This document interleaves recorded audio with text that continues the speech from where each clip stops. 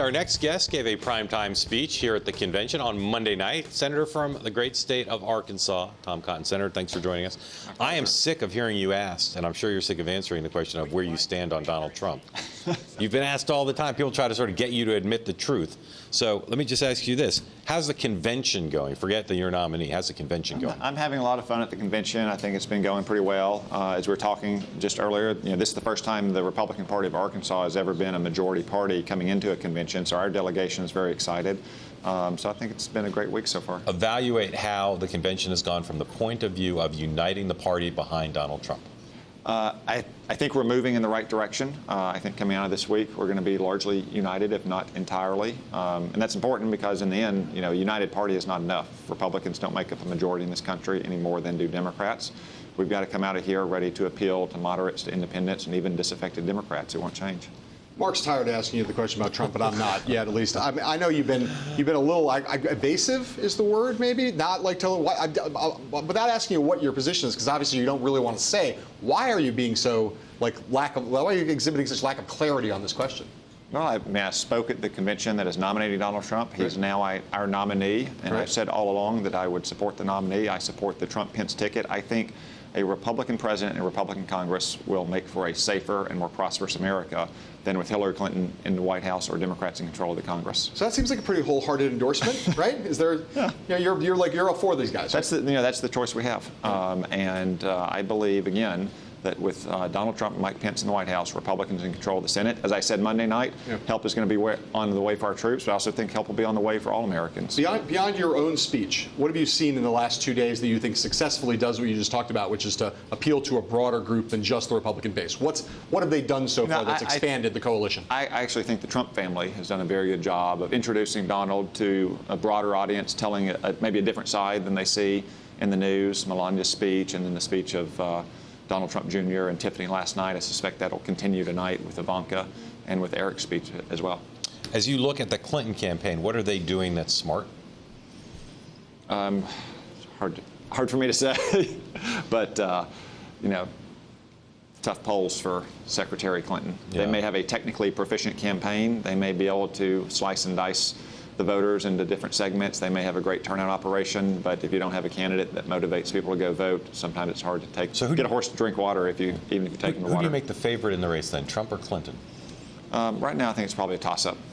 This is certainly going to be a race unlike anything we've seen in our adult lifetimes.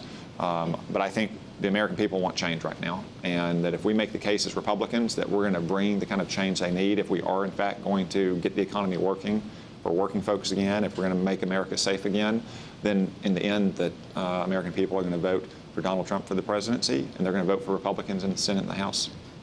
Not sure we'll get a chance to talk to you before your nominee's acceptance speech tomorrow. So what does Donald Trump need to do in the speech tomorrow to achieve whatever goals he has? I think he needs to lay out the case, much of which he's laid out in the primaries, and since the primaries, the Republican Party is going to speak to the everyday practical anxieties and concerns of the vast middle class, working class, and working poor. That we're going to get the economy moving again, we're going to get people back into jobs, we're going to get wages increasing in those jobs, and that we're going to make people safe on the streets here in America, and that we're also going to help address the chaotic situation around the world. When you showed up at our location here today, you had to walk through a protest. There was a feisty little activity out there, SWAT teams, some stuff going on out there. Earlier in the week, Paul Manafort said if there's unrest at the convention, Donald Trump will benefit politically. Do you think that's true? Well, I don't think there's been much unrest. Obviously there was a protest. I think protests typically happen at most conventions. But I was just remarking earlier today to an Arkansas reporter just how minimal the security disruptions have been. We haven't seen that many protesters. We're still only halfway through. But do you think Manafort's right? If there's significant unrest, does Donald Trump benefit politically? Well, not just at the RNC or here in Cleveland. I think as we see a rising crime wave around our country, we see police officers being assassinated by racist cop killers, the Republicans, as the party of law and order, the party that believes in backing the blue and keeping violent felons in prison where they belong, the American people are going to turn to the party that believes in being tough on crime, not the party the Democrats are, which is being soft on crime. How do you feel about trying to stop a kind of a pseudo-Arkansan from getting to the White House? Well, she's very much a pseudo-Arkansan. Yeah. How so? So I don't think Hillary's done a press conference in, 9 or 10 months? Yeah.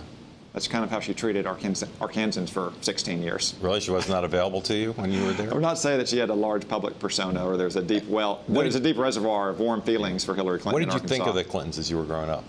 You know, I was 15 by the time he was elected president, so I didn't have much of an impression other than just the fact that he was our governor. As a 15-year-old, did you have pride in the fact that an Arkansan was in the White So House? that was about the time in my life when I started reading the news as opposed to just reading the sports pages in the newspaper, and I thought it was kind of neat that my governor was running for president and got elected to president and was president, and then I realized what he believed, and I thought, I must be a Republican. Have you seen Lou Holtz since he got here? I have not. He's around. He's a great speaker. Yeah, he is a great speaker.